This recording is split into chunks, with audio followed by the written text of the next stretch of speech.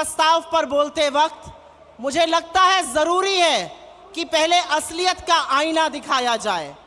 और वसीम बरेलवी की एक लाइन है जो असलियत बिल्कुल हूबहू बयां करती है। तेरी फाइलों में गांव का मौसम गुलाबी है, ये आंकड़े हैं झूठे, ये दावे किताबी हैं। यही असलियत मोदी सरकार की है। और आज जब हमारा 25वां महाधिवेशन हो रहा है, इस महाधिवेशन के वक्त ये देश बेरोजगारी से, महंगाई से, आर्थिक असमानता से, भूखमरी से, कुपोषण से, बढ़ती हुई गरीबी से और अडानी के एक बड़े स्कैम से जूझ रहा है, जिस पर इस सरकार की चुप्पी बरकरार है। और इसीलिए हमारा जो रेजोल्यूशन है, हमारा जो प्रस्ताव है, वो इस सबको छूता है। मोदी सरकार से बेरोजगारी की बात करो तो कहते हैं पकौड़ा तल लो, पर पकौड़ा तलने वाला तेल आपने 90 से 220 कर दिया और आटे पर भी जीएसटी लगा दिया। पकौड़ा तले तो तले कैसे? महंगाई की बात करो तो इस देश की वित्त मंत्री कहती है मैं तो लहसुन प्याज नहीं खाती, बाकी देश खाता है। बाकी देश की महंगाई से आपने लगातार कमर तोड़ी है।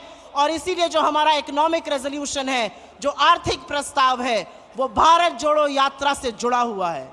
जब राहुल जी भारत जोड़ो यात्रा कर रहे थे, जब वो कन्याकुमारी से कश्मीर कबीर 4000 किलोमीटर पैदल चल रहे थे, तो वो अजनबियों को गले लगा रहे थे, वो लोगों के आंसू पोंछ रहे थे, लेकिन वो युवाओं के टूटे हौसले इस देश के बिखरे सपने को भी बटोरने का, जोड़ने का काम कर रहे थे। और वही हमारी रेजोल्यूशन का पार्ट है।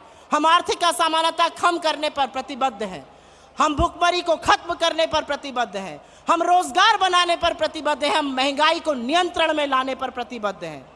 मैं आपसे पूछती हूं, जो महंगाई की बात करते हैं, प्राइम मिनिस्टर से बात करो या मंत्रियों से बात करो, तो वो ऐसा सच्चाई से पलड़ा झाड़ लेते हैं, उनको महंगाई का आईना दिखाओ तो आंखें मूंद लेते हैं, और प्रधानमंत्री तो मुंह में दही जमा लेते हैं, वही दही जिस पर उन्होंने जीएसटी लगा दिया है। यह देश महंगाई से जूझ रहा है, इस देश की आय कम हुई है, बेरोजगारी ज्यादा, और इसीलिए महंगाई एक बहुत बड़ी भयावह समस्या हमारे सामने बनकर खड़ी है। क्या कुछ किया नहीं जा सकता है महंगाई को लेकर? बहुत कुछ किया जा सकता है। क्या महंगाई खत्म नहीं हो सकती है? क्या पेट्रोल डीजल का दाम नियंत्रण में नहीं आ सकता? आ सकता है। लेकिन यह सरकार मुनाफाखोरी करना चाहती है, ये पैसा बनाना चाहती है, आपकी जेब पर डाका डालना चाहती है, इसलिए महंगाई को खत्म करने का नाम नहीं ले रही।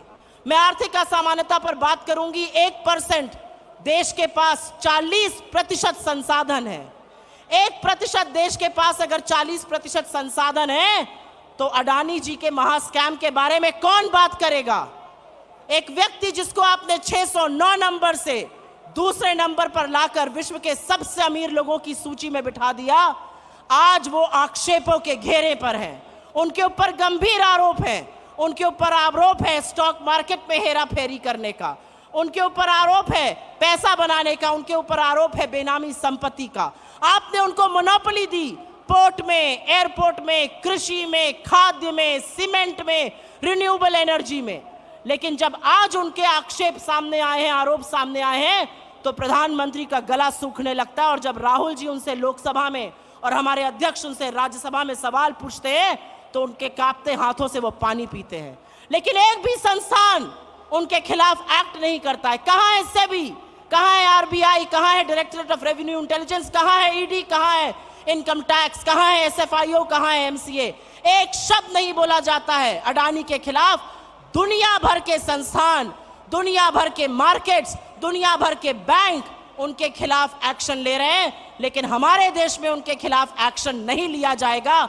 और मैं उत्तर प्रदेश से आती हूं और वहां पर एक लाइन है, जब सैया भय कोतवाल तो डर काहे का। और यही असलियत है। एक व्यक्ति एक्शन लेने को तैयार नहीं है। डाउ जोन्स और एसएनपी एक्शन ले रहा है, स्टैंडर्ड चार्टर्ड एक्शन ले रहा है, क्रेडिट स्विस एक्शन ले रहा है, सिटी बैंक एक्शन ले रहा है, यूके का रेगुलेटर एक्शन ले रहा है, लेकिन हम एक्शन लेने को तैयार नहीं है। और इसका खामियाजा ये देश भुगत रहा है। जब आप एक कारोबारी को लेकर दुनिया भर में घूमते हैं और उनका व्यवसाय बढ़ाने की कोशिश करते हैं, तो आप बेरोजगारी पर, महंगाई पर, बढ़ती गरीबी पर, आर्थिक असमानता पर बोलने का ना हौसला रखते हैं, ना बोलने की नैतिकता रखते हैं। बहुत लंबी बात नहीं करनी है। यहां पर मैं ये जरूर कहूंगी कि हमारी जो चुनी हुई सरकारें हैं, चाहे वो राजस्थान हो, हिमाचल हो, छत्तीसगढ़ की सरकार हो, लोगों की बात सुनती है और उसी के बल पर हमारा नीति निर्माण होता है। चाहे ओल्ड पेंशन स्कीम हो जो हमारी तीनों सरकार ने करी, या चाहे अर्बन मनरेगा हो, या हेल्थ की व्यवस्था हो, या न्याय स्कीम जो छत्तीसगढ़ ने लॉन्च करी, यही हमारा खाका है, यही हमारा प्रारूप है। यूपीए की सरकार ने 2004 से 14 के बीच में 27 करोड़ लोगों को गरीबी की सीमा रेखा से निकाला था और 23 करोड़ लोगों को गरीबी की सीमा रेखा के नीचे वापस ढकेलने का काम मोदी सरकार ने किया है। तो मैं अंत में सिर्फ इतना कहूंगी कि 1991 में एक बहुत बड़ा परिवर्तन हुआ था, इकोनॉमिक लिबरलाइजेशन हुआ था इस देश में, और आज वक्त आ गया है एक नई सोच का, एक नई आशा का, एक नई उम्मीद का, जो भारत जोड़ो से जग रही है, जो कांग्रेस के इस मंच से जग रही है, जो हमारे नेताओं से जग रही है। युवाओं को रोजगार देना हमारा परम कर्तव्य है। और अगर आप मुझसे पूछिए कि नंबर 1 टू नंबर 10 क्या प्राथमिकता होनी चाहिए सरकार की, तो रोजगार, रोजगार, रोजगार और महंगाई को खत्म करना होना चाहिए।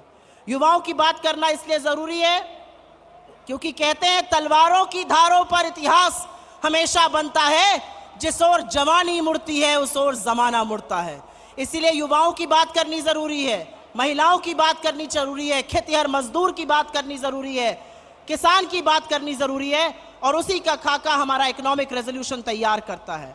हम प्रतिबद्ध हैं सबको, और हम आशा और विश्वास करते हैं कि जनता हमारा साथ देगी और हम जो करना चाहते हैं जनता के लिए वो जरूर करेंगे।